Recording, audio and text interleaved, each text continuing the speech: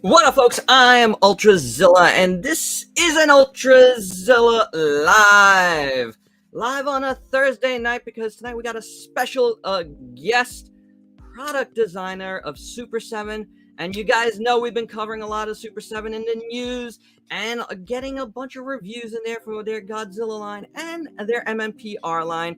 And actually, in a day or so, I'll have a SUPER7 Transformers review for you as well. Anyway, we got product designer Wlodgya. Welcome to Ultrazilla Live. Hey everybody. Thank you for having me. Not much, dude. Just how you doing, man? It's really good to talk to you. Finally, you know, we've been speaking for months on the messengers, and really, really cool to speak to you in person. Well, you know, across the country, but you know. Relatively, it's good. Just getting ready for San Diego and trying to chill out before the storm. Which must be nuts. It never gets old though. You keep going back for some reason. Yeah, so. I haven't been there in quite a while, to tell you the truth. The last time I was in San Diego was 2005. That's you know what? Nuts. That's the first year I started going. Wow, and I actually bought. You and I tagged in. And there you go. I actually bought a SUPER7 shirt at the con. Nice. It was. I wasn't there with them at the time. I was. Well, when did you start? I don't want to say how it was. I started with SUPER7 in 2019, February of 2019. Nice. Yeah. Nice. And for those that don't know, why don't you let us know what you do at SUPER7? Sure. Yeah. I am, like he said, I'm a product designer. I work on reaction figures, ultimates, super cyborgs, all that good stuff. I primarily focus on the Toho stuff and the Power Ranger stuff. So just kind of tokusatsu in general. And then I also do a lot of some of the horror stuff, monster stuff. Heavy metal specifically is near and dear to my heart. I'm a big fan of a band called Ghost, which you can see behind me here. Right? Mm-hmm. I sort of do a little bit of everything, as long as it's, you know, scary and metal. Nice. Well, but as far as the tokusatsu stuff, how'd you get on board with that? Is that something you've always loved, or? Yeah. Godzilla is actually the reason I would say I usually quote him as the reason I'm an artist. My grandfather, way back when in the 90s. He bought me my first Godzilla comics, and it was the Godzilla King of the Monsters with the Art Adams covers.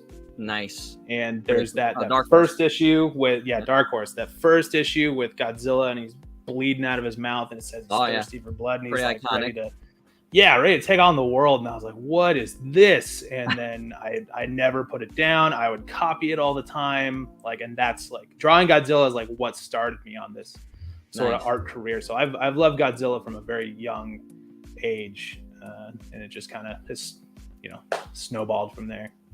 So we've been talking. You know, I'm in the comic industry, and you started drawing stuff from comics. But was comics something you wanted to get into, or did you go straight into toy design? No, not at all. You know, that can veer in so many directions. You know, it has for me. I'll tell you that. Yeah, it for toys, it was not my path. It was not what I thought I was going to wind up being in. I for sure thought I was going to be in comics. I went to Cal State Fullerton for illustration, and I have a minor in business administration too. But it was to do comic stuff. My exit portfolio was all comic book covers, and that was really cool. And but I also realized how difficult it is to get cover gigs. And if I wanted to start getting into cover gigs, I'd have to do interiors. And I did not want to do interiors because that is super tedious. And I'm I know. sort of, I don't know, I'm sort of lazy by nature. So it was like, that's a lot of work. I don't want to do that. But I just got lucky enough, right place, right time, for toys. I think anybody you talk to in the toy industry will tell you that this is not what the plan was. And it's not like, we all love it now that we're here and this is exactly where we want to be. But it's like, I think I've met one person who went to school for toy design. One out of the countless industries people I know. Sorry, that felt like a brag, and it is not a brag. That was just stating the fact I've only met one person who actually planned on it. But anyways, yeah. So I went to college, and last semester of college, you have to intern for a company as like part of the art program to graduate. And the actual connection is my former water polo coach, his roommate needed an intern, and he worked at this trading card company called Cryptozoic way back when. Yeah. And so I interned for them on their like digital trading card game, something called Hex: The Shards of Fate. And I did that for about 6 months. But while I was there, I sat next to this guy named George, who is no longer with us, God rest him. And he was the art acquisition manager for trading cards. So I talked to him for a long time. My internship ended. The next day, George calls me and goes, "Hey, man, do you want to do sketch cards for Adventure Time?" And I was like, "Yeah, I do." And so, they paid me. They don't pay you a ton, but it's volume. It's quantity. It's quantity over quality on those. So I did like 300 Adventure Time sketch cards and talked to him about that stuff and just kept my foot in the door with all that. About another 6 months after that, George needed some data entry, and he knew that I had worked with them before. And so he brought me on for a month contract where I was scanning the same cards that I drew for them into their system so they could have it and archive it and all that stuff. But while I was there, I sat next to this guy named Jeff, who had just gotten hired on at Cryptozoic as the creative director for the brand new collectibles department. And so at the end of my month contract there, Jeff called me the next day and we got lunch, and I started doing freelance for him on something called Little Bombshells, which was a DC property of blind box figures that I worked on. That was like my very first toy thing. And so I did a bunch of freelance for him for like 6 to 8 months. And then they started bringing me in for box mock-ups. I don't know if anybody knows what that is, but like in retail, every kind of major retail store, Target, Walmart, Hot Topic, they all have fake storefronts in their headquarters where they like plan how stuff's going to look in the stores. It's like planograms. And so they take pictures of it and they send it to the store. So that's how everything looks the same across every retail store, every Target in America, right? So, but when you went for that, they need like fake boxes, but the boxes have to be the exact dimensions of what the actual product is going to be. So I was just like printing out stuff, cutting it up, gluing it. It felt like arts and crafts for a long time. And that was like what got me back in the door at Cryptozoic again, because I started doing that 2 or 3 times a week. And then about a month of that, they're like, "Let's make this full time," and that became my like full toy career from there. Yeah, I mean, that's how this stuff happens, man. Yeah. It's like people don't understand that, like, the people you meet, you're gonna keep meeting, like, down the line. Yeah. Like I can't count the amount of times that someone that I worked with like 10 years ago, like, will message me to do something for them, and I haven't even like talked to them in a while. And like, you always have to like just keep your ear to the floor, because like it's like there's always something opening up, it seems like. As long as you keep doing what you're doing, I think people will notice you and gravitate towards you because you're out there. A lot of folks don't realize like the more you do, the better. That's why I'm like constantly like doing something here. Yeah. Like, grinding it out. I've learned that from being in comics, man. You just got to grind it out. Yeah. Well, that's the other thing is like you keep working if you're nice. Like, don't be a jerk and do good work, and you'll never be unemployed. That's Mhm. that's the best advice I could give anybody who wants. Yeah, to I do hear this. that, man. I hear that. All right, so let's get into Super 7. So you started Yeah. at Super 7 2019, Mm-hmm. and you got into the Godzilla, and you got into, but you didn't start there. And I've No, listened to some of your other interviews. You didn't start there. Where did you no. start on that with them? Uh, let's see. First thing I worked on with them still hasn't come out, so I can't talk about that. Oh, But okay. I'm sure one that's of the- gonna one of happen the- a few times during this. Yes, yeah, that's not the first thing I won't be able to talk about. No, probably the thing that I guess people could I don't want to say recognize me for. It's just like it's a team effort. There's so many people. As much as I'm like, yes, I'm here, I'm the product designer. There's a huge team of operations people and finance people, and obviously everything is made possible by the licensing team and Brian Flynn's leadership and all that stuff. There for every one toy, there's hundreds of jobs and thousands of hours of work put into each action figure. But first one that I really worked on that I think kind of got that you'd be able to recognize is the Transformers reaction. Oh, cool. So wave 1 through wave 5 I did. Nice, man. Yeah, I have a few of those. It's hard to keep track with how much is going on. If you can see this case here, no, that one, this thing there, yeah. that's just all filled with the reaction figures that I have done. Nice. So do you like working on reaction figures more, Ultimates, Super Cyborg? What's your favorite thing to work on?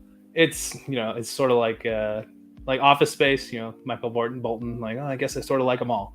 Yeah. But I mean, I personally lean a little bit more towards the Ultimates just because I like having those head options, those hand options, the soft goods. Like, I'm sort of like getting into toy photography, like very minor league though, a little bit. So, and I just like having those options. I saw you started on Instagram with that. I did. Yeah. It's not great. It's very amateur hour. I'm still figuring stuff out. I don't even have a real camera. I'm just using my phone. I So do everything don't on my phone. don't expect Sergeant Bananas level greatness. I do everything on my phone. It's all good. I just want to say hello to people in the chat. Daisenzo Goji 65, Garzilla, what's up? Luminous, what is up? Omega RX, Heisenberg himself is here. What was that? Heisenberg himself is Heisenberg is here. That's right. It's almost time for fish tacos for him. He loves his fish tacos. Captain McKay Random. What is up, my friend? This guy is amazing. If you haven't seen Captain stuff, great stop motion guy. He basically made my year. He did a stop motion of the King Diamond Ultimate that I designed, and I almost cried. It's so good. It's Captain McKay. I'm waiting for the Ghost Ultimate stop motion. Nice. A little extra here from Captain. As a former retail guy who used to set planograms, I appreciate you actually measuring things out, because I can't tell you the amount of blatantly photoshopped floor plans I've dealt with. Yeah, well, it's I basically don't have any like fingerprints anymore from all the slicing and dicing I've done to my fingers with those things. Nice. Well, Godzilla, Power Rangers. These are two things that are pretty central to this channel. Obviously Godzilla, right? But Power Rangers as well. I mean, I think some folks like forget how much Power Rangers have actually covered here on the channel. It's been a lot. From Bandai stuff, like Bandai America, to, Tamashii stuff, to whoever else has done stuff. I've covered stuff from Power Rangers, especially when it comes to the giant robots, the Megazords, the monsters, which we don't get enough of. However, you guys got some monsters coming up with your Ultimates. I mean, you guys have a lot of reaction figures out already, and I've honestly only have picked up the Megazord and the Dragonzord thus far with the reactions, and it's just, there's just so much out there. But like the Power Ranger stuff, was that something you were into as well? We talked a little bit about Godzilla, but I think like any child who grew up in the 90s, Power Rangers is something that's indelible from your mind. So I will freely admit that I probably started a little bit later because I was born in 90. It started in 93. I probably didn't start watching until like 94, 95, something like that. But interestingly enough, my parents did not want me to watch it at all because they thought it was too violent, and I would practice the moves on them and do all this stupid stuff. So they didn't let me watch it at all. They would buy me all the toys. They'd let me be a Power Ranger for Halloween every year, but I couldn't watch the show, which just like any other child made me want to watch it even more. So I would go to my cousin's house and we'd watch it all day there, and act like we didn't and all that stuff. So it was really cool. I will freely admit that I'm more focused on Mighty Morphin, just because obviously that's like the big nostalgia hit for me. Definitely. And I feel like most people focus on Mighty Morphin. Yeah, it's though I realize that there's a huge contingent of fans who love all the other seasons, and I've watched other seasons. Like SPD is a particular favorite of mine. Oh yeah, same here. Something about SPD really did it for me. Yeah, and RPM's really great too. And I love is it Dino Thunder, where Tommy is the Black Ranger and they have like the spike things. Like Thunder, I love that. I love those designs too. But yeah, I don't know, something about Mighty Morphin. Like there's these classic designs. All the monsters are just incredible, crazy, and there's artistry to all of it. And it's not like there's not artistry to the other seasons as well. But yeah, I really focus on Mighty Morphin. It's just like that's the thing that started it all. That's got this legacy of characters. Even for me, I love I will buy like Megazords pretty much of any season. If you got whatever you guys do, Megazords, I'm probably gonna get it. Like whatever Hasbro does Megazords, I'm probably gonna get it. Anybody else, Tamashi, whatever, I'll get that stuff. It's just when it comes to the other seasons, I'll fall away when it comes to actual the Rangers and and that's happened to me with the Lightning collection. With Hasbro, it's I was getting everything, and then I'm I just kind of get bored of the Rangers because it's you get set of colors and the designs are slightly different, but there's never been it is something about Mighty Morphin that's so classic. Even though I know personally, and I've watched Super Sentai before Power Rangers. There's something about Mighty Morphin that when it hit, it just kind of changed everything. It reset that franchise. It reset the Super Sentai franchise because they did stuff different back, in Japan. So there's something about it. It's the theme. It's everything. And you can't blame companies for wanting to focus on MMPR like you guys have been. Well, I also think that MMPR has just this huge wealth of characters that are so untapped. I mean, it's literally a new monster every week. Yeah, and it was 3 seasons. 2 of the seasons had 52 episodes, so we're talking 150 plus. Possible monsters that could be done that haven't. Yeah. Now is I don't know if this question has been asked, but is SUPER7 just focused on MMPR right now? Because I think there was a question of that, early on, but it feels MMPR. Is it? Yeah. For now, that is correct.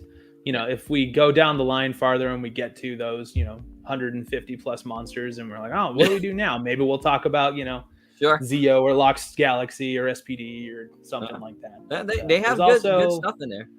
Yeah, there's also some cool stuff that we could possibly get into with some of the Boom comics or something like that too, and that still technically counts as Mighty Morphin, right? That's true. So you never know.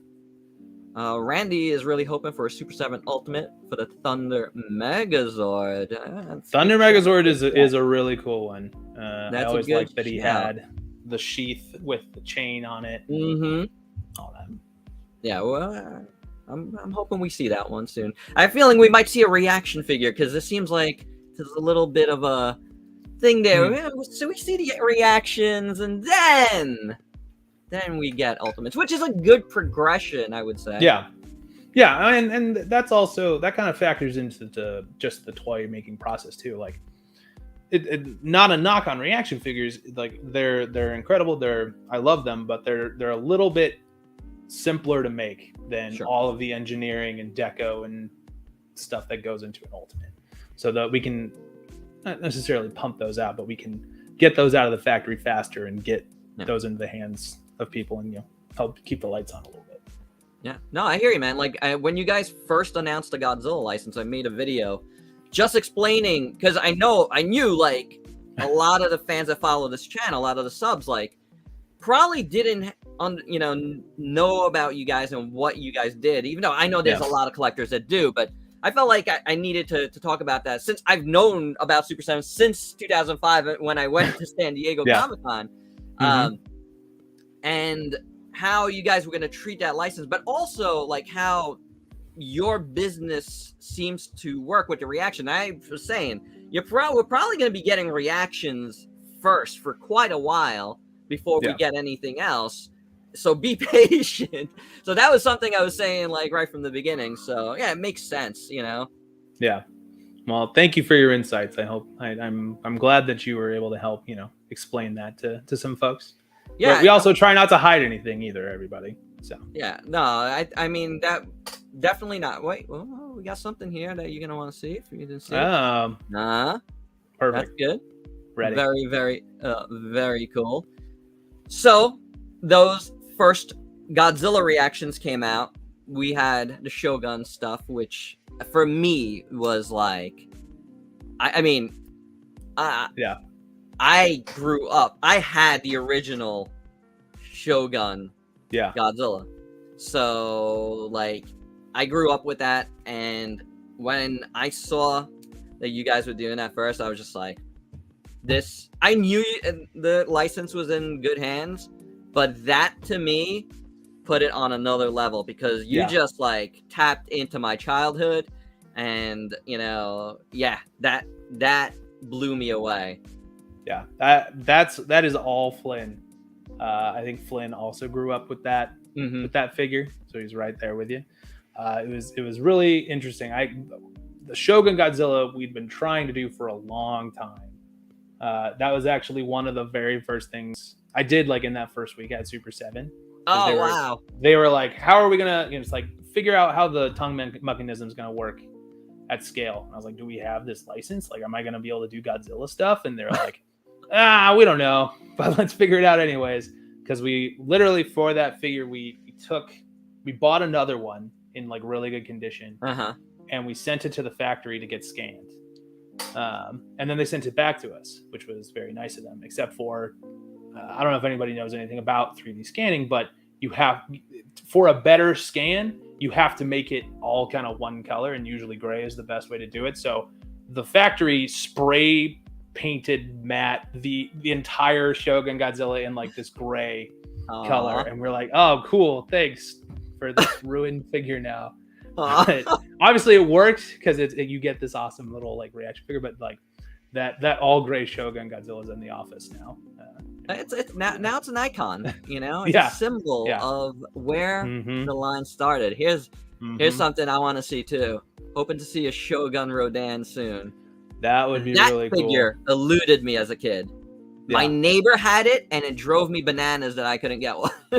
Well, I'm right there with you guys because I will freely admit that Rodan is my favorite kaiju from Toho. That's awesome. And we talked about right this here. He never leaves my desk. Nice. That reaction figure, the Rodan reaction figure, was my favorite, man. It had so much character. You put so much character in that Rodan, man. I hope that I put equal amounts of character in all of them. No, they were. It's a great first wave, but man, that one, I just felt the love in that one, man. Well, I really did. I've always loved this big. I call him the big football chicken. I don't know, something about him always stuck with me. Yeah, Rodan's good stuff. Yeah, Rodan's good stuff. So that line is great. I'm loving everything. There's the Maru-san one. Also Flynn is big into Sofubi and original Godzilla toys and stuff. To be completely honest, when we got when we officially got the Toho license, Flynn emailed me a full line plan till like 2063. He's like, here we go. This is what we're making forever. I was like, perfect. I don't have to, I agree with all these choices and I don't have to think about it. This is the best. Nice. So we're all set. He's, you know, the way I usually tell people is that Flynn's been wanting to make Godzilla toys longer than I've been alive. Yeah. So, you know, he's got it all under control. And guys, if you know good hands. Super 7's history, if you go back, you see a lot of early stuff, man. It's like you could tell that. Yeah. There are no better hands than Brian Flynn's for Toho. It was perfect, man. That's why I was just like, as soon as I heard that, I was like, this is so perfect. And folks really, really, really need to know how perfect this marriage is. Yeah. It's so awesome. Godzilla's part of our DNA. So Heisenberg's even more old school because he wants a Slee stack. I know Slee stacks. You know, grew up with that. There's a Spock that just came out recently from the original series. You know, when you can only do so many Spocks before you got to start doing Slee stacks. Yeah, so you never know. Oh, here's an interesting question from Johnny Gallagher. Are you gonna do Ultimates of Singular Point Kaiju? Right now, not in the plan, but could be. Yeah. So I think designs. We have access to everything. Yeah, I love them. I have the SH Monster Arts. Nice. Godzilla with the 27-inch long tail or whatever it's ridiculous. Yeah. It's ridiculous. Most of my shelf is taken up by that thing. Did you like the show? I wish I understood it more. But to be fair, I wasn't giving it 100%. I wasn't giving it 100% effort. It was, I have a TV up here because I work here and I have a TV up here for background noise. And so it was background noise. And then as soon as I would hear, Rodan's roar or Godzilla's roar, I'd be like, oh, all right, let's watch this. But I don't pay attention to, I realized there was like a lot of texting in that show where you had to read everything. And I got a little bit crazy. I missed all of that. But as soon as I heard monster noise, I'd look up, So that I probably could have given it more attention, but I enjoyed it. I had to watch it 3 times before I said, you know what? I really like this. Yeah. But I could understand somebody like I was totally lost that first time and it turned a lot of people off. I understood that, but there's some really, really, really good stuff. It's really fun. I'm excited to get the Jet Jaguar from that show. I thought that was a really cool redesign. With like the the Ferris wheel cabin, that's what it looked like to me at least. The original one. Yeah, I do wish that Rodan looked like a monster and not just a pterodactyl. I realize that's what he is, but that's my only. No, I get you. Here's a question, not Godzilla. Kyle, a good question. How and what is the routine while you're painting and sculpting Super 7 figures? So that's actually a good question that kind of clarifies like my position. So I typically do the design work, which is concept drawings and control kind of drafting and that kind of stuff, and I'll work out what the articulation schemes are going to be and what are all the parts that it comes with and how many heads and how big is it going to be and that kind of stuff. And so I'll draw all that and then I will art direct our internal sculpt team to do all that stuff. And they're much more talented than I am. I'm still sort of working through sculpting and ZBrush and learning that part of my skill set. But my background, like I was telling you, is in comic books and illustration and that kind of stuff. So I have a much more 2D focused position, at least in the initial concept stages. So I do all that stuff and then I art direct the internal team to what the product should look like. And then they pass that off to a paint team, and then they will paint it based off of the kind of control art and color guides that I do. Mm-hmm. But I still have to direct them to do that stuff too. So the product designer position at Super 7 is kind of the only one that sees the product from every stage, from idea to shelf. Because after we do all of that stuff and it's licensor approved, I then start working with factories to get them to make the figure up to our specifications and how's the tooling looking, how are the joints moving, how's the paint look, all that stuff. It's literally, product designers see every single stage from beginning to end. Would you say it's more like a brand manager in a way? Kinda, but it's also very product specific. I feel like brand managers, at least in my experience, that position is more like, here's like, I'm gonna make sure that every single reaction figure in the entire slew of 2022 is on track. Right. Whereas I'm like, Kyle takes care of every Toho figure, every Power Ranger figure, every heavy metal figure. Does that make sense? So, I mean, I guess it kind of is brand manager, but it feels like more specific. I feel like I'm saying the same thing over and over. But no, it's good. It's good. I personally want to know, like, I love the business side of this stuff, because when I worked on staff at DC Comics for 8 years, right?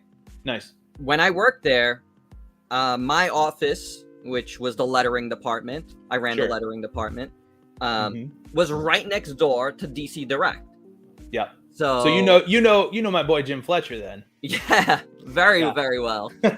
So I love that dude. Best he's human great. on the planet. Best human. What's up, Jim? Well, those guys, like, I was in their office all the time because I love toys. Yeah. So I like garnered so many little things. I got so many like nuggets of the behind the scenes stuff. That's why, like, when I went freelance, when DC moved out to the West Coast, and I went freelance in 2015, I was just like, I'm going freelance, I'm doing the lettering thing, but this is the time now to like explore some toy stuff, because I just love it so much. And everything I've learned here, I feel like by at least just doing a channel like this, I could bring some insight. And that's what I try to do with, like, when I talk about some of the stuff in the reviews, because I get what's going on behind the scenes a lot of times. So the more I hear about the stuff, and what you're saying here helps me even more to translate a lot of this stuff to folks. Like, even if it's not in a review, it'll be in the comments. Like, when somebody will be like, well, why does this happen? Or why can't this happen? I want to be able to explain to people that business side, because a lot of folks don't think about that stuff and only think about, like, why didn't I get this, that I wanted, or why is this delayed, or whatnot, Yeah. To those folks who have a harder time understanding, what I guess I would try to reiterate is that I realize your channel is kid friendly, so I'm really trying not to curse here. All good. It's live. Anything can happen live. It's a goddamn miracle that anything ever shows up. It's a miracle you ever get any toys ever. There is so much stuff that could go wrong, and usually does, but it somehow gets to your hands anyways. So I don't know. It's just like I said in the beginning. It's for every one of these action figures, there's hundreds of jobs and thousands of hours of work that go into each one that no one ever sees. Yeah, no, I hear you, man. I mean, a lot of that comic industry too. When I worked at DC, it's like, we have, my name was in the comics, but what about like the 5 other people that worked production, pre-press, like so many. I was those people. So many people behind the scenes. Yeah, I didn't mention it because it's not super toy relevant, but while I was freelancing, I worked at a comic book studio that was local, and did office management and assistance and lettering and all that stuff, and got no credit in those books. So many people, Yeah. Oh, what we got here? Kyle, I love Thank you. This is a SUPER7 shirt. I'm glad I didn't wear that one. SUPER7.com. I think they are still available. It's a good shirt. Thank you. Yeah, not a lot of hetero merchandise, but I do have this guy that I got recently. So I really like this one. This is the SH Monster Arts. Nice. I didn't get it yet. That's the one figure. I've been importing like everything for a while, but that was one of the figures I decided to go with one of my local guys to get, that I've been getting stuff for a long time from. Yeah. Just because I felt like, man, I'm spending so much on so many things. I got to save somewhere. I had a feeling because the price was expensive on that. Like, I had a feeling the shipping was going to be crazy, but I can't wait to get that. No, it would see. It's kind of the opposite. It was like the first one that I imported because I do have a local guy that I usually get for because like I realized the timing's off, but I got Final Wars the same day that my Hedera showed up. So nice from two different places, Japan and. I'll be waiting for a little while. But I'm worth the wait. Yeah. Worth the wait. Cool, man. Captain, again, I'm seriously hoping that Super 7 fills in some of the gaps in my Monster Arts NECA collection. So many old school monsters that I'd love to see. Oh, for sure. I realize we've only released 2 waves of Ultimates, but I think people can already see that we are starting to sort of fill those gaps on stuff. I mean, like Rose Biolante has almost never been made into a toy. There's like some Sofubi stuff, but it's, pretty not that available, right? I'm gonna pop up some images now since we're starting to talk about products. Sure. Here we are. Oh yeah. So I guess we're starting at Comic-Con here. These are all the Comic-Con stuff. Yes. Yeah. I figured since it was relevant, that was the first thing on my on my thing here. But these are cool. Glow dark. They are super cool. I'm very very excited. They're sort of Sofubi inspired. With like the sprays and the simple color schemes. I love that on these 2 guys especially. Yeah. Our mutual friend Yoko. Shout out to Yoko McCann, live in La Vida Yoko on Instagram. Nice. She wanted me to tell you that you might want to expect a package soonish. Awesome. So. Awesome.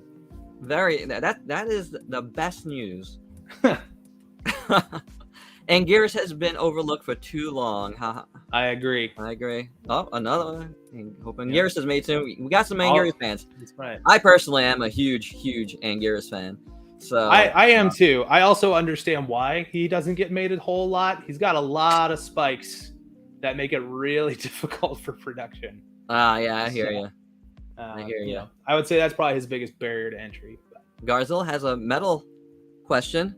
I know you do Ghost, King Diamond, Lemmy, Slayer, Misfits. Any idea if they plan to do Kiss? Well, maybe. You never know. Yeah, you never know. Kiss was my first concert ever. Nice. In the early 90s. Better than mine. So what was yours? You win. I don't know if I want to say it online. No, it's In Sync in 1998 at the Great Western Forum. Awesome. So. Fantastic. I made up for it because 2005 I then saw the Rolling Stones, so that was that's great. There you go. Yeah, much better. So we got more. Yes. We got more for the con, the return to the con. I love all the videos you guys have been doing. Yeah, Flynn's been having a really good time. Oh my gosh, it's so much fun. So this. Got it, man. Yeah. Now we got the firing fist. Now we got ultimate size. Yeah. Did you like the little one? How about one that's a little bit bigger? Oh my gosh. Yeah, man. Yeah, and this one's made from those same scan files that we talked about, where they ruined an actual Shogun Godzilla. Now so it's going to be as accurate as possible. This is a departure for the ultimates, right? It is, yeah. A figure like this with limited articulation, like a reaction style articulation. I think that's so cool. Yeah, I mean, it obviously has to hit like a very specific kind of nostalgia feel. Like if we added more stuff to it, it probably wouldn't evoke the same feelings that we're going for here.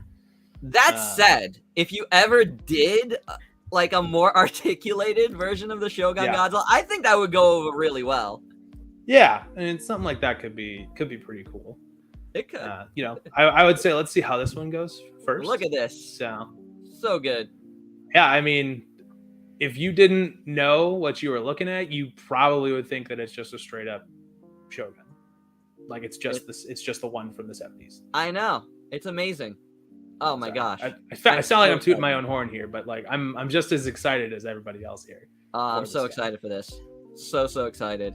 And then now I didn't see this right away. I made my initial like breaking news on this. I didn't even see this glow in the dark. I watched that and I was like, is he gonna talk about the glow one? No, I didn't even know. It wasn't until after I put that up that I even saw the Facebook post on it. Mm-hmm. Yeah. Do you like the original one? Now you can try this one in key lime flavor. That's amazing. Look at that. I mean, why we decided to do this because we couldn't believe that no one had made anything Shogun Godzilla glow at all. Like, I mean, there's us who did we did that model kit one, right? For I think it was WonderCon last year or something. But then just a whole giant Shogun Godzilla that is gonna basically be radioactive glow. That's cool. Felt like was too cool not to do. Yeah, this is neat. This is really neat. Now, earlier this week, I watched Brian on the Foosh with Vivi, and I think he did that. He showed that. I mean, there's a little bit of forced perspective. Okay. Yeah, that's a pretty big foot. So I'm not gonna push anything here, but that's exciting. It is. I mean, that is the foot. It's a paint master of the Shogun thing that we're talking about here. Okay. So it's it like I said, there's forced perspective a little bit. Okay. So it's about 8 inches tall. Okay. So it'll be in a similar scale to the other Godzilla Ultimates. Okay. Okay. I thought we were seeing a full size Shogun here. I mean, he has so many. He could easily just flex it if he wanted to. He has every version at the office. So, including the reissue with the slightly darker skin and oh my gosh, that's amazing. Later ones and all that stuff. So that is amazing. So these Ultimates. Oh wait, hold on. What figure variations does Kyle like the most? Glow in the dark, translucent, light up, glitter, or something else? This is good. And I mean, just nebulous, just as categories, I think I like glow in the dark better. But I guess I like all of those. I guess I would say I like of those categories, I like what best suits the figure. Glow in the dark isn't going to work for every character. Glitter's not going to work for every character. Translucent's not going to work for every character. But if we're making, Thundercats, and we decide, let's do a glow in the dark blue Jaga, hell yeah, I'm going to like that. Sure. So I think it just varies, which I realize isn't much of an answer. So sorry, Heisenberg. It's all good. Real quick, more t-shirt questions. Ultrazilla, can you stand up and see your shirt? It looks cool. Let me remove this for a second. I got a little. Oh, there you go. GMK got a Godzilla that my friend designed. You could check him out. Still Asleep 13 on Instagram. The Godzilla born from hell. That's right. That's right. Speaking of a hellish fight here, that's Godzilla Biollante, man, can't wait for this. Yeah, I think Flynn posted an image of him holding it. It's huge. The Biollante is ginormous. Oh my gosh, man! I realize I say that word a lot in my videos, but I mean it. It's huge. And I think we were talking about the SH Monster Arts Singular Point Godzilla with a 17-inch long tail, right? Something like that. Ours has a 14-inch long tail. 3 inches is not that big a difference, guys. Prepare yourself. Tail space. Yeah. The good news is you can bend it out of the way and do all the stuff you need to do to make him a little bit less deep. I'm loving this Godzilla too, man. Thank you. I was very excited when Flynn told me that we were starting with Heisei for Ultimates because it's a good call. I think everyone has their mind's eye Godzilla or the Godzilla they grew up with, and Heisei is my Godzilla. I would say when it comes to like figures and stuff, Heisei is a really good shout. It has the most reach, I think. Yeah. Fans, I would say worldwide. Heisei is the most popular in Japan still. So yeah, the one that Toho painted on the side of their building. Right. So it was definitely a good call to do that. And you know what? The reactions are so perfect for Showa. It's just a nice little marriage there too. But look at the size of that tail, for real, man. It's great, insane. And that's not even straight. It's not even straightened out. That's incredible. Yeah. Here's Godzilla with all the stuff he comes with. This is very cool. And then Biollante, man, this was what a great surprise. Like for real. Yeah. Nobody she does was a Rose lot of Biollante. she was a lot of fun to work on. Because obviously we want to do, beast form because that's the one everybody knows, but we're like, what if we did Rose form just to zig when people expect us to zag, No, that's great, man. And it felt like, oh, this is for sure the right move. Also, I mean, just to get into the price for a second, like beast form Biollante, that's gonna run folks a little bit. Yeah, so we didn't want to scare people away with right. You didn't want to come out of the gate with like something ginormous like that. Yeah. So This is perfect. This is perfect because, price point, but also the rarity of getting something like this. Like we've never in like a more articulated figure form. We've definitely never gotten anything like this. So this is awesome. And it was a really good, like, in my opinion, like show of like what you guys are going to be all about, going forward. Yeah, it's a statement piece for sure. It definitely is. Look at that. That is super cool. Thank you. Yeah, I'm beyond excited for her. So it's I got to see it in person recently, and because there's like a disconnect, because like I said, I draw these things and then I look at the sculpt images and I look at digital paints and all this stuff. There's always like a moment where I feel like a child again, where it's like you have the thing that you've been working on like in your hands again, and like I don't know, you don't have a sense of how big something is or how something's gonna work until it's just there. No, I hear you. And so I held it and I was like, oh my god, this is so cool. Like what have I done almost? All right, so big. And we got wave 2 here. Yes. This one was cool because I sort of got to do both of my favorite versions of these characters. Like Versus Destoroyah is like my favorite Heisei movie. Okay.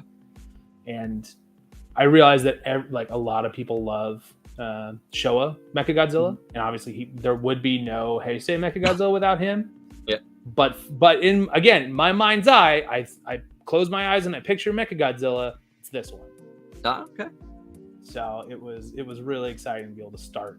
I really like this Mechagodzilla, like your version here, because there's like a badass feeling to this Mechagodzilla, which is for some reason been very hard to translate into figure form that way. A lot of the figures, because I'm a huge Mechagodzilla fan from beginning to end, and like I have an entire display of Mechagodzillas, like from all eras, and I don't have that, the Mechagodzilla 2 here, 90s Mechagodzilla, like that really does it for me. So I think I'm thinking this might be it, man. Like I think you guys have nailed no pressure or anything. But Burning Godzilla looking awesome too. Yeah, for those who are not familiar, he does come with Steam effects. Sometimes we wanted to show off the figure as well as the Steam effects, but he does come with the Steam effects clip on. I realized that some other companies have done a Burning Godzilla without the Steam effects and felt the wrath of the internet for that. So I wanted to clarify that he will come with Steam effects. But also on the Mechagodzilla note, like there's just not product of this version that's really available for a reasonable price. Like the SH Monster Arts is like $800 in aftermarket or something like that. It's ridiculous. Yeah. So no, I'm loving this. I think it looks really, really good.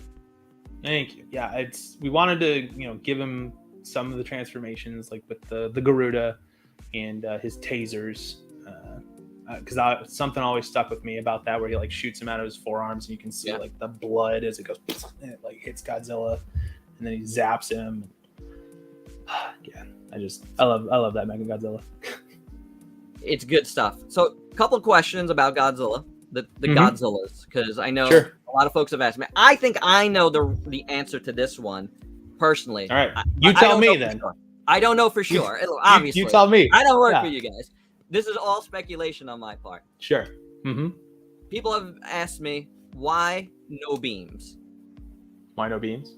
No beams. That's a pricing thing. We obviously Okay. want to be able to deliver the product that everybody wants, but also the beam is essentially as long as the tail.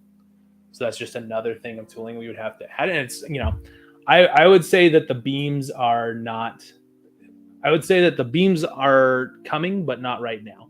Okay.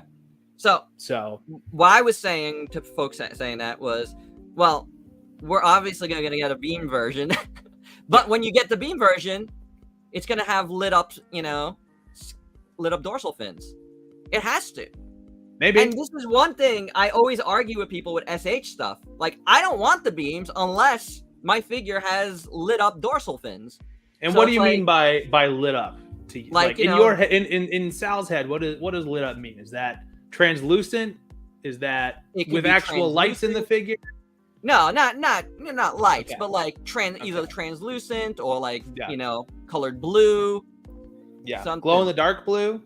Oh, I'm all for it. Make it happen. Okay.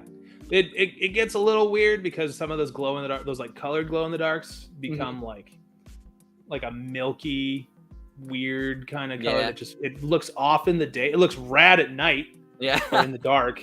But like, glow in the dark orange is like, it's almost like flesh tone, like a peach kind of color rather than this bright burning orange. So we would just need to, I just thought they should have a different color if you were going to do them. So I would agree. I would very much agree. Very, very, very cool. Yeah. What did you think the answer to that was? Because that's not the question I thought you were going to ask. No, that was, as far as the dorsal fins go, that's what I was thinking. Like, this is what I would think is going to happen, because it just seems more practical. Like, the way you guys are, and the way you guys lay out a lot of things for other ultimates, because I have other ultimates, as well. Yeah. It just seems like if it doesn't make sense within that set to that thing, you're not putting it in there, Yeah. So in my head, because the dorsal fins aren't that color it would be when it's shut out the beam, it's an easy one to omit. In my, that's what I've always thought. No, that's correct. And you definitely, whenever we make the figures, you kind of have to think about like what's the story, what's the messaging for each of these figures. And if it's multiple things, obviously there's like some things that are swap out parts and stuff like that. But if it's too many conflicting stories at once, the figure can feel messy, and that's not what we want. So I hear you. So JSoul here has, what can we expect in terms of articulation with these ultimates in the Godzilla line?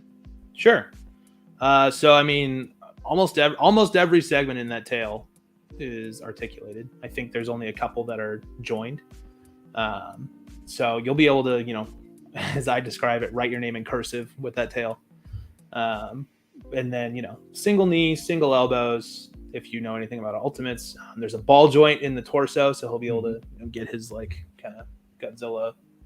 What did Satsuma call it? Godzilla, like foo or something like that, right? Where he like mixed like Tai Chi and like Godzilla moves together. Oh yeah, you know what I'm talking about? Yeah. Whatever. That's super deep. And ball joint at the neck and at the head too, so you'll be able to look up and around and all that stuff. And interchangeable hands, and ankle pivot, and all that. If you have any Ultimates figures, it's similar to that, but applied to this big, thick Godzilla body, which is going to be awesome. Yeah. Scorpio, an Ultimate Shogun 1200 degrees Celsius would make me lose my mind and melt down. Well, Scorpio, I hope you have the reaction version. That's right. That'd be cool. If an Ultimates version of that. Let's see, I'm going down the list here before we move on. Yeah. A lot of people talking here. Yeah. Good. Which is good. I'm honored. I'm honored to have so much attention. But it's all about you, bud. Here's another one. Will you eventually do an accessory pack? Okay, that's a good question. That's a pretty good idea. I think something like that would be really fun. Yeah, if that's you not a start bad getting- idea either. You can get like a is it Super X or Super X2 or Sure. The oxygen destroyer tanks, some buildings. Have you guys ever done anything like that? Any accessory packs for anything? We have the closest thing we've done is the Mouser pack for Right. I worked on Turtles for a good long while, and that was one of the first things I didn't get to work on, which is a bummer because I really like Mousers. But I think I only have one. I have Metalhead.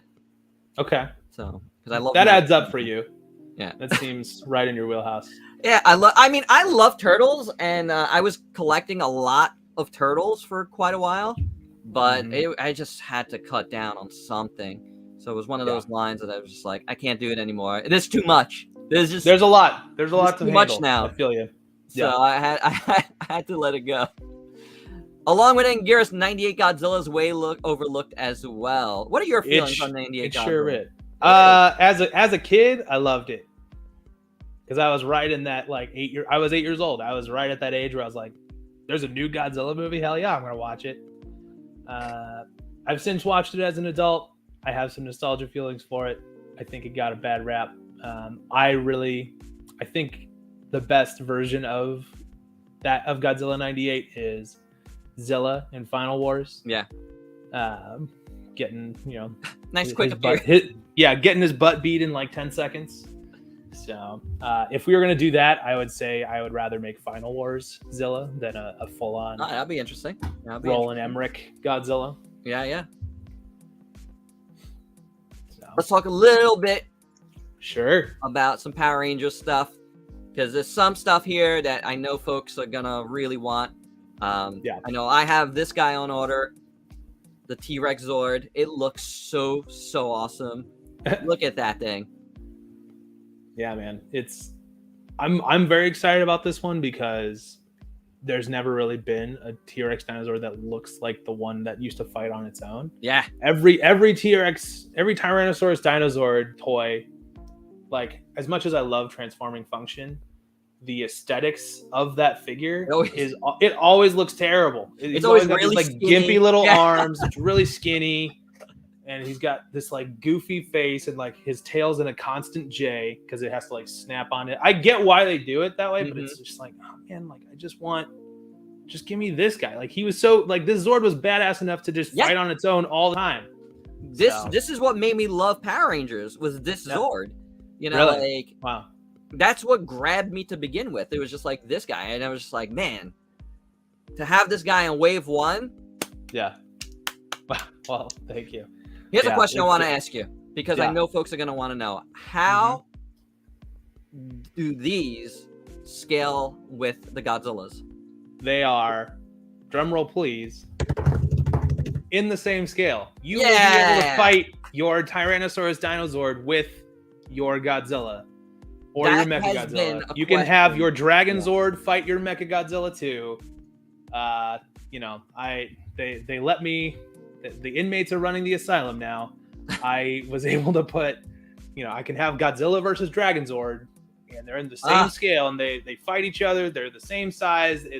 I don't know. It just something about having all of these different licenses in one umbrella allows you to do that kind of crossplay stuff. So. That's what I was hoping for. I had a feeling. I mean, your figures are, around that same scale, but you never know. There's slight differences here and there. Yeah. But man, that's great to hear, because that is, I've been pushing these also in, Ultrazilla news. Every time you've done, an announcement, I've done a breaking news on them, because I just feel, the way you've done it, every one of these Ultimates waves have had one of these giant robots and monsters too, because we're going to look at them in a second. But that's something I've been saying. These are going to scale. Folks have wanted for years, folks that do articulated photography, love to scale these things. They have wanted Power Rangers Megazords with Godzilla figures, and we have not had that yet. this is awesome. Yeah, So- I'm reading currently the Power Rangers Godzilla crossover, and it's giving me a lot of ideas. And it's like, oh man, Nice. I was like, I don't know, I'm like, I'm glad that I like did this, because now I like have all these ideas of like what I want to do. Like, how cool is it gonna be to like have your Megazord punching Godzilla in the face, or vice versa, That's awesome. on Nah, the it's same good shelf? stuff. Good stuff. And I love how this Megazord looks like spot on, man. It's got that Well- like bulky.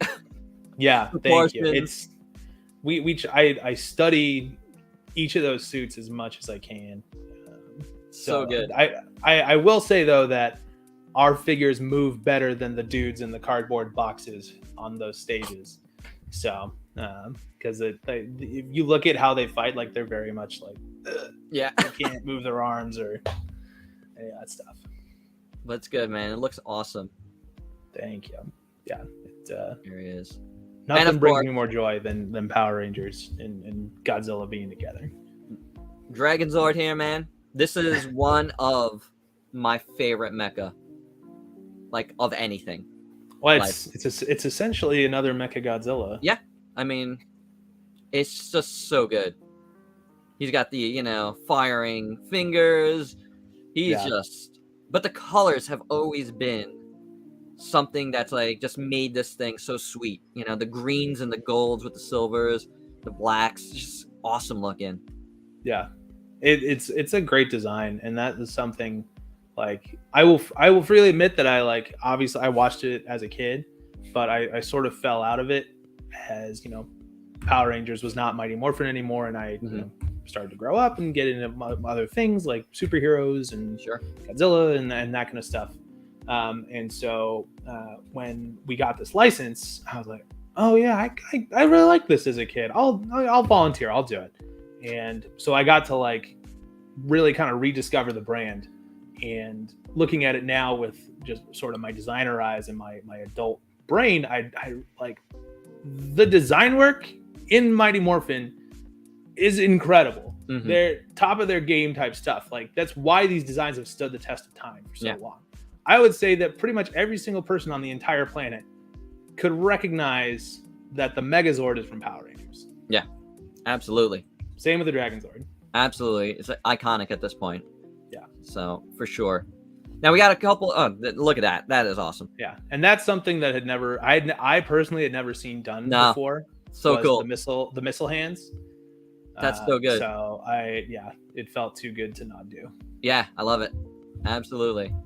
So we got a couple of monsters now, a couple of guys that do turn giant for you, for the kaiju fans. I included them here to talk about real quick. Goldar is one, and King Sphinx is the other. So far, I believe those are the only two of the ones that, do turn big that Yes. you're doing, right? That's correct. Yeah. There's other awesome guys. I love. There are. Lord Zed looks amazing. Yeah. Everything looks awesome. Like everything looks great. But I just wanted to Thank keep it to here for Yeah. the folks, because this is stuff also you're gonna be able to take and fight with your other figures. Yeah, they're in a very similar scale to those Godzilla Ultimates, because they're scaled to fight. These guys specifically are scaled to fight the Zords that are in the waves. Oh, great. So, and if the Zords are scaled with Godzilla, then you can have your Goldar versus your Godzilla, which is It looks crazy amazing. to think about. It So looks yeah, amazing. and Goldar. Talking about studying the designs a little bit more, Goldar quickly became a favorite of mine. Like, there's something about his design that's just it's high fantasy. It's like there's also some like mythology parts to it. Like I think he's supposed to be like a manticore, like he's a scorpion and a lion kind of at the same time. Mm-hmm. Because in Jew Ranger, he's married to Scorpina, or Lami, right? And she's all scorpion. So if you keep that in mind, like if you look at their armor sets together, they kind of shop at the same store. Right. Interesting. And King Sphinx, which is like the brother. That's that. Did you watch my video? I was talking about that. No, I didn't. I had talked to Kevin toying around about that, because I was like, yeah, I don't know what we decided to do King Sphinx the second, because like he parties with Goldar a lot, and as a kid, I thought that like they're so similar. They both got these dog faces and wings. Yeah. I thought that they were legit brothers. Yeah, no, I always thought so too. I always thought they were very similar. So Yeah. Here's what King Sphinx comes with. Yeah. Super fun. The most deco a King Sphinx wings have ever had. Oh my gosh, it's amazing. It's hard to kind of get that accurate because looking through episodes of the show, we have a very talented research department who helps me get screenshots and do all this stuff. Like he would send me these screenshots and it's like, look, the wings look like this now. And then 5 minutes later, it's like I kept watching and the wings look like this now. And it's like, oh, now they look like this now. So it looked like because obviously like Saban had a bunch of the suits shipped over to him and stuff. So from what we can tell, like it looks like the like prop and like costume department was like actively adding sprays and spray paint to the costume like mid filming, and so it looked more bright. So inconsistent. So that's why like some people are like there's no paint on the wings at all, and it's like sometimes it looks like this. And so we were okay. What's the version that has like the most paint? Let's just do that one instead of trying to like cut corners or anything. So with these, you think is the plan to pretty much do possibly a Zord in each wave, monster or so? Yeah, that's kind of. I mean, it's again, we try not to hide anything. Well, we kind of have a formula down, but I think there's still some surprises we can do.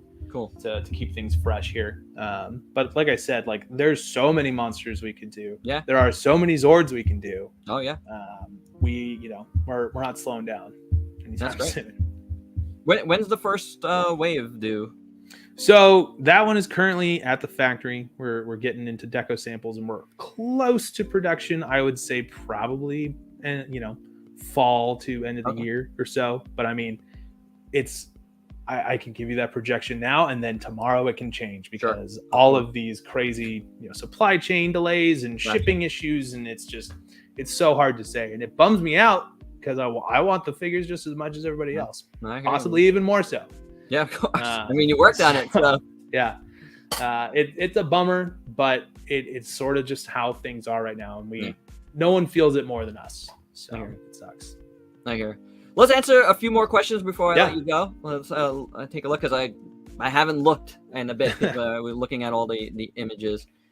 The top dorsal fin is accurate to this Ultimate 95 Goji. Great attention to detail there, SUPER7. Oh, thank you. Yeah, we almost reused it, but then we were like, that's not correct. So very cool. We were close. I personally don't miss the beams. I'd rather see the accessories we've seen so far. For my purposes, I don't get a ton of use from the beam effects. That's good. Yeah, it's because Captain McKay stop motions them all, anyways. Yeah, he just adds them right in. Another beam thing. Personally, I think translucent and glow in the dark are my two favorite, but translucent plastic really emphasize the details. Sure, it does. You just got to be careful about where you put the translucent, because if you can start to see the inner workings and the joints on the inside, then it takes you out of like, oh, this is a ghost, and now this is a toy of a ghost. Right. Andrew Yang says, got both waves pre-ordered. When can we start seeing sneak peeks of wave 3? And this is Godzilla, obviously. Yes, Godzilla. We're still in the Godzilla section of the comic. I would say, probably this year still. You never know. Very cool. I mean, we got San Diego coming up, guys. There might be San Diego's coming up. There's usually some reveals, so usually some reveals there. Power, I think G-Fest is this weekend, but we're not going. Yeah. Power Morphicon is next month. That's right. I live very close to that. Even if SUPER7's not going, I will be there. So any of you Tokusatsu fans, well, we can hang out and talk Power Rangers. Very cool. Ethan asks, I personally really love the Millennium Godzilla series. Any plans for any Millennium era monsters?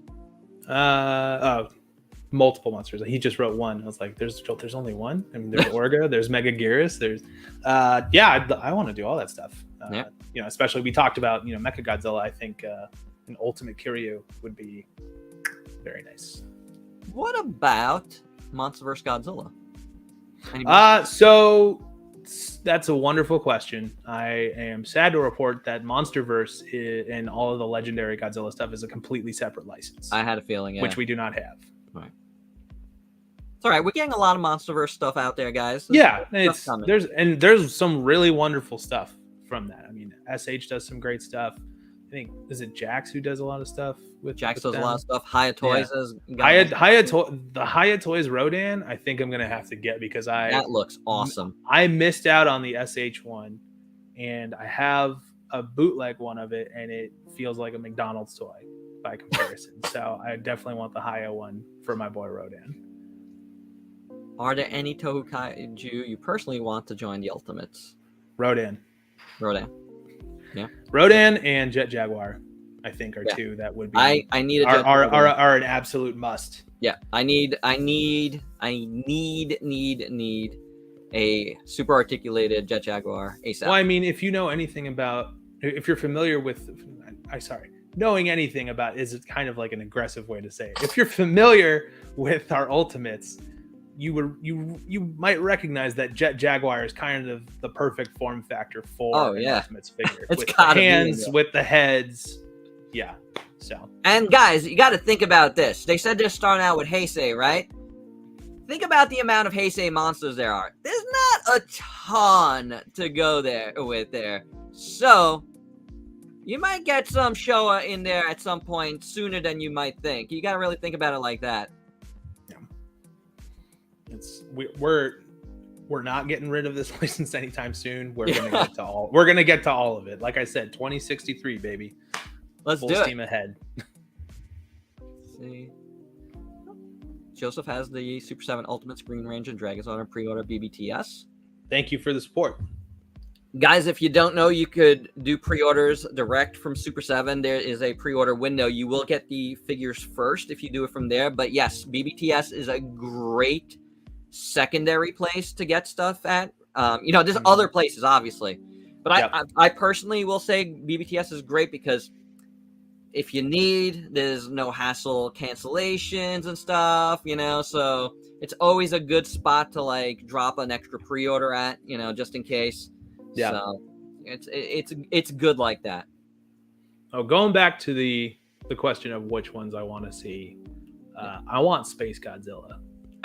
Yeah, Space Godzilla would be awesome. More specifically, I want to do I want the movie poster coloration like they did on the Trendmaster, those 10-inch ones with the blue I love those colors. Rainbow on the chest. Like that's burned into my brain because those Trendmaster figures were like my Godzilla toys.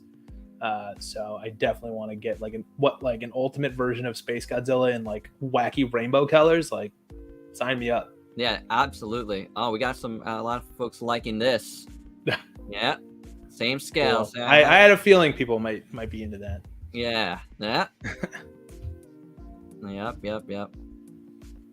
I'm not into Power Rangers, but I always love the Megazords and the Dinozords, and the Ultimates look amazing. And that's why, guys, you gotta get those to go with your Godzillas. It's gonna be super, super awesome. I think all it's gonna take is one photo of, Heisei Godzilla next to Dragon Zord from Scorpio, and then you're like, oh, how do I get it? Oh my god. Yeah, no, absolutely.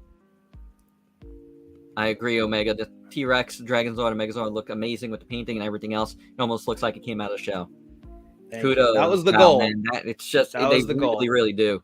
Again, shout out to the incredible sculpt team and paint team who also, they have a big hand in that. I just say this goes there, that goes there, but they actually do it. So like I said earlier, hundreds of jobs, thousands of hours of work. Absolutely. Red Devil Dancer, who is all into our shirts. Thank you so much for the chat, Ultrazilla and Kyle. It's been a pleasure. I hope I can get my hands on the glow-in-the-dark Shogun Godzilla and the glow-in-the-dark Godzilla reaction figures. Kyle, when do those go up again? So those will be available at San Diego Comic-Con. The Shogun Godzilla is a pre-order, so you can definitely get your hands on that. Right. If you pre-order within the window. Mm-hmm. But the glow reaction figures will be available at San Diego Comic-Con, and if only San Diego. No, well, yeah, so they'll be available there. Okay. And then, if there are quantities left, which there probably will be, Okay. they will go up online on the Monday after Comic-Con, which so that's all the glow stuff. All of every single Comic-Con product. Right. I believe that is the Monday the 26th, but I don't have a calendar in front of me. So whatever the Monday is after Comic-Con, they will go up there on super7.com. If they announce the first, guys, I will have it up in the news. So we pay attention to that. As far as future MMPR enemies, I'd love to get an ultimate Suckadillo. Me too. I absolutely love that kaiju. It is awesome. I had the original toy back in the 90s, there's a Sufubi of that toy, and I almost bought it recently. It looks amazing. But yes, put my name down for a Suckadillo. That thing is amazing. Suckadillo has come up, is what I will say. So. All right, very cool, very cool. I do have one more question. The Toho pennant, will you reprint it? I'm not sure about that. What I would say is reach out to one of the stores, the Super 7 stores, either the San Francisco store or the San Diego store. Sometimes they have stuff that has long sold out on the website or is out of print or whatever. It's not a guarantee, but it's a chance. So I'd reach out to the Super 7 San Diego or San Francisco stores. They ship from the stores too, if you're not located in either of those locations. Cool. There you go. Captain, thanks for joining us, man. I'll talk to you very, very soon. Let's see. Oh, a brown Heisei Rodan. Heisei Rodan is great. Yeah, brown version would be cool, actually. Fire Rodan is great too, but brown Rodan doesn't. I really like Fire Rodan, so I realize that's the cheap answer. But Fire Rodan is Rodan, but on fire. Of course, he's cool. Oh, what about a flying form of Space Godzilla? That's unique. That would be really cool. That would also be a football, plastic, and probably wouldn't pass any safety tests at all. Probably not. Probably not. Space Godzilla postal version would be awesome. Absolutely. Does the Toho license include Mothra trilogy stuff? Yeah, maybe. I'd have to look. That's Heisei stuff. Yeah, but I do know that Mothra is for sure in our deal. I mean, look at Reaction Wave 1. We got 64 Mothra in there. Yeah. Which and it's almost the size of Godzilla. Oh my gosh. I know. I haven't even mentioned that, but that was like talk about left field. That was amazing. A lot of the left field stuff you can blame Flynn on. I will freely admit that I had to do my research and be like, what is 57? Oh my gosh, look at this. Yeah. So, it's one of the many benefits of working at Super 7 is like I thought that I knew Godzilla stuff, and then Flynn was like, slow your roll, youngin. let me show you the ropes. So they pushed me to be a better designer and Toho fan every day. It's really cool. Every day is a school day at Super 7. Scorpio, we have a lot in common, Kyle. Those Trimasters colors would be amazing variants for the Ultimate line. A green Heisei Godzilla with the red eyes. Yeah, I agree, man. That'd be awesome. Don't give me ideas, Scorpio. That was my Godzilla as a kid. I just bought it again. I just got one. So cool. Okay, we mentioned the poster colors, which is cool. Rainbow Space Godzilla, yeah. Or Orai Noriyoshi Mecha Godzilla, which is the poster version. That's cool. I mean, it would be really cool, and I think another company recently did one of those. Did that? Mecha Godzilla, it was Tamashi. They did like a Chogokin version, which is really, really. It's a nice figure. It's a nice figure. Really cool. I'd love to do that stuff, especially with Noriyoshi's art. Like. His posters are incredible. Do Gorosaurus. That'd be a good reaction. I'll get right on that. And all right. And Varen, Varen needs some figures. Varen, I saw Varen in there. Somebody said Varen earlier. I don't know if it was you, Red, and I'm sorry, but definitely Varen's a nice one. Again, one of those guys who won't pass the safety test with all those spikes. Yeah, he's got a lot of spikes. He does. All right, Kyle. Thanks for chatting, man. This has been really, really cool. Really enjoyed doing this with you, man. This is awesome to go over some of the stuff that I've been drooling over. Really, it's just like the designs are so good. Thank you. You know, so I'm looking forward to getting some of these ultimates in hand and checking them out. Can't wait for that. But the reaction figures have been awesome. You know, the love, you know, shown by yourself, by Brian, like, you know, everybody involved, man. It's just like, you could tell whenever you guys mention Godzilla that this is a perfect home for the brand. So can't wait to see what you guys do. Really. Thank you, man. Yeah, it's a lot of fun. And we, you know, like I said, we no plans on stopping. So we're great, just man. getting started, really. So thank you again. Whenever you do get those figures, it's gonna be awesome. Yeah, whenever you do get those figures, we might have to do this again. We can talk about definitely, it. Definitely, yeah. We'll definitely have to. I do have one figure right here. I got. Oh, look at that! Yeah, you like him? I like him. I can't wait for the full color one. That one's gonna be really cool. Fun fact about that guy: the inner chest plate colors. I don't know if I told you or not, but the inner chest plate colors. Oh, you did tell me. Yeah. They're based on the Sword of Darkness. So it's the reds, the whites, the silvers, plus the Green Ranger inside. I think I had already filled my review completely when you told me that. So I was just like, oh, that's a good thing, man.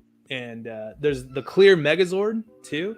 Mm-hmm. Yeah, I got that one. The color schemes on that, which is like metallic red and gold and black and silver, that's based on the Power Morphers. That's so cool.